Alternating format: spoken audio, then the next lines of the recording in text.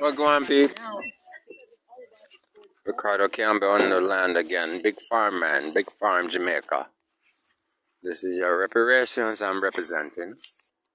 I'm here again. We just did the plowing and the beds are made.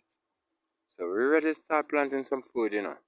We're gonna bulldoze all that in the back in the next week or two. All that's gonna be bulldozed over. All that, everything.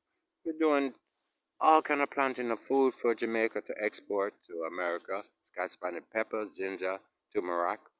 And then import food, sweet potatoes, all kind of good stuff, man. We're going to make some good money on the farm.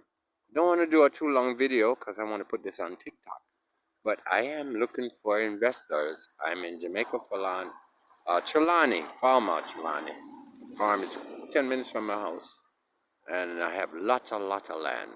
I need an investor, you know. Come on, call me. 876-376-1027. Or email me, rcampbell1966 @yahoo.com. Come on, you can't lose. Got the license too, all kind of stuff going on.